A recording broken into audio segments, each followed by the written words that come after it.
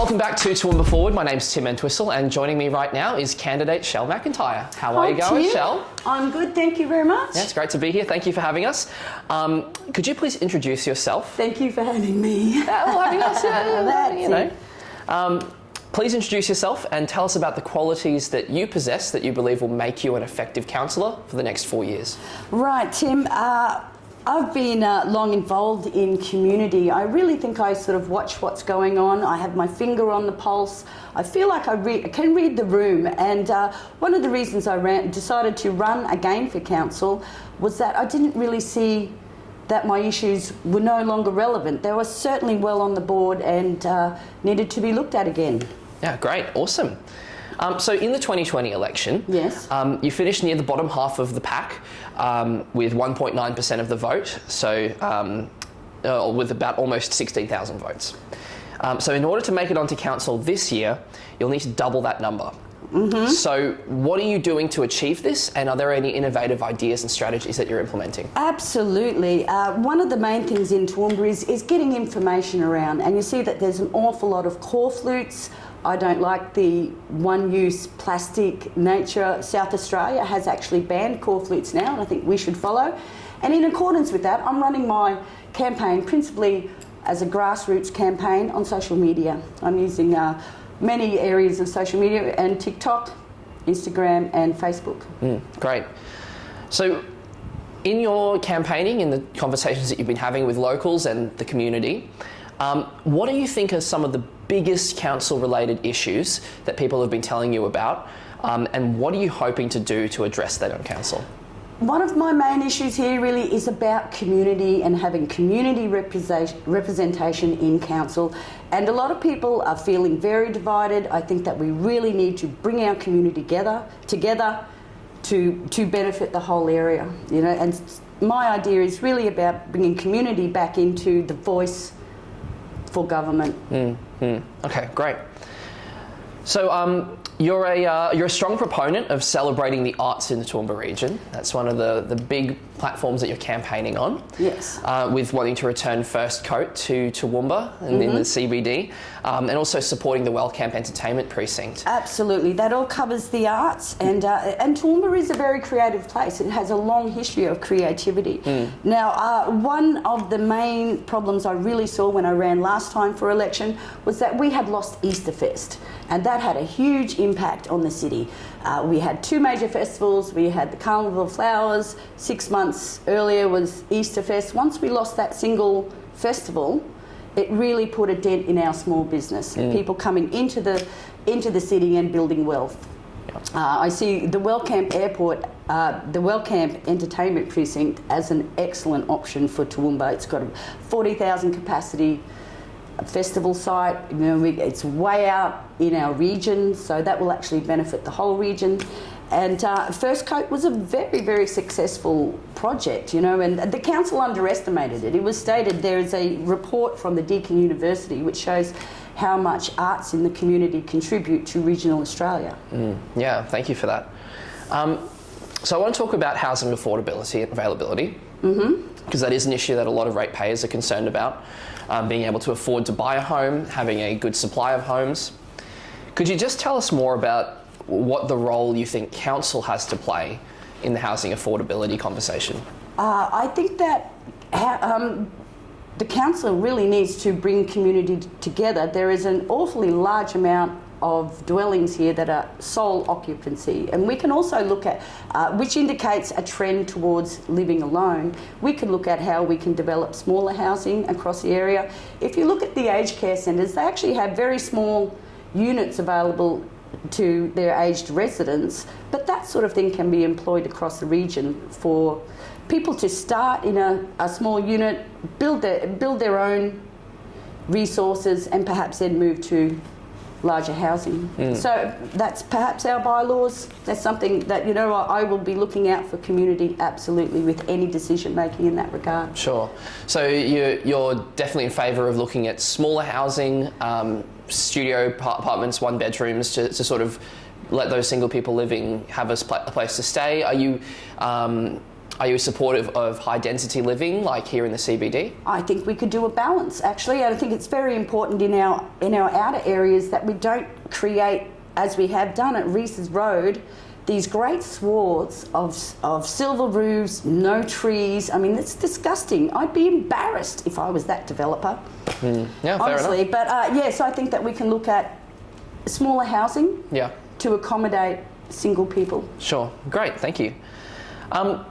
Sustainability and responsibly managing the environment is top of mind for many Toowoomba Region residents.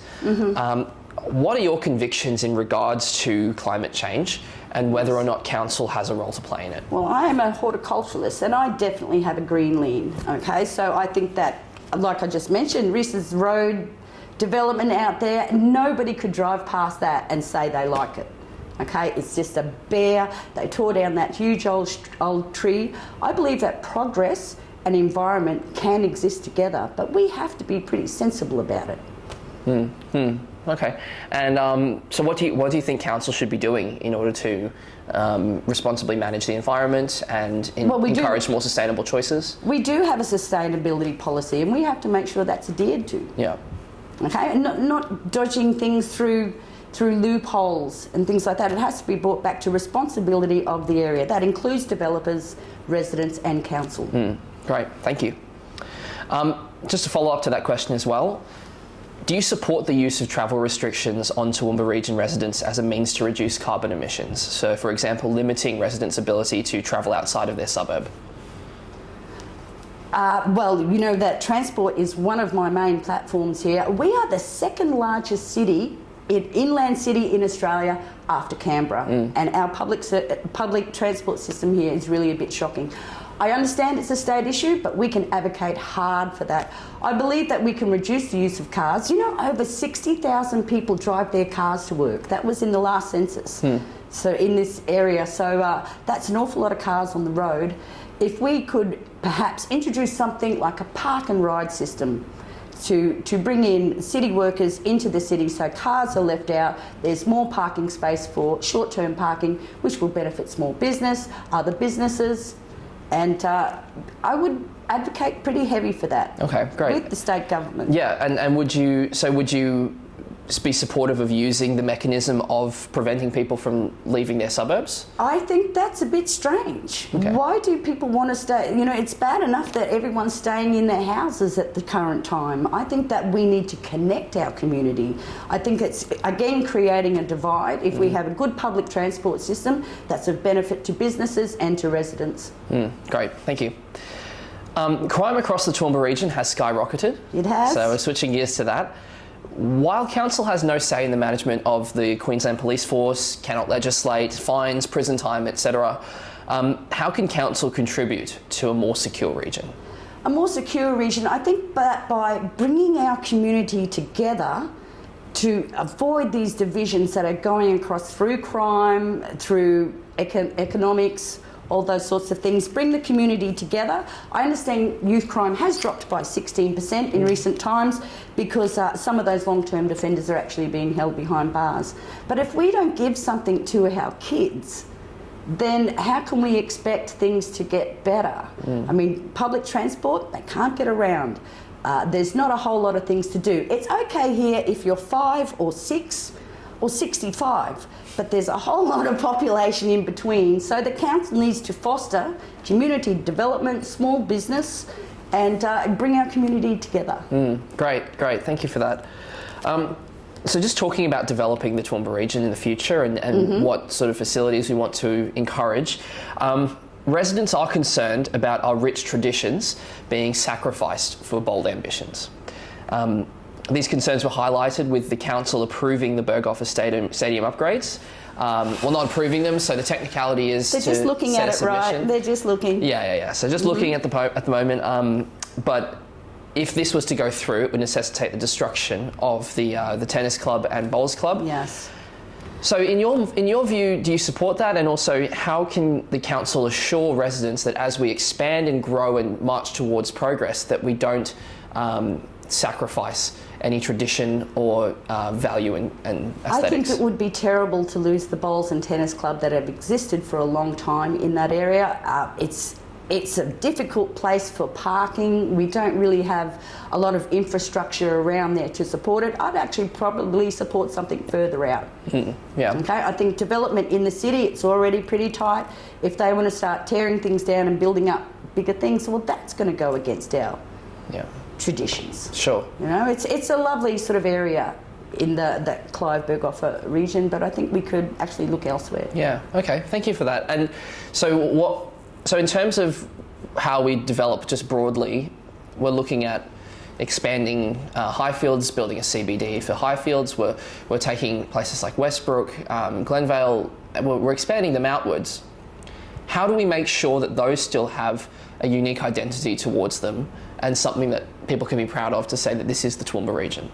Right, well there's actually 5,000 new homes due for Westbrook and also Maringandang, which will house some 17,000 people, you know, so that's again, we need to keep our community connected. They have terrible public transport out there. I was talking to Pittsworth, they're pretty unhappy about how people can get around and actually connect. We need to connect our community, not divide them further. I think public transport, and I also have this idea that maybe, and it was brought up last election, that a councillor, just like they're allocated a portfolio, could be allocated a region which they are the caretaker of. Sure.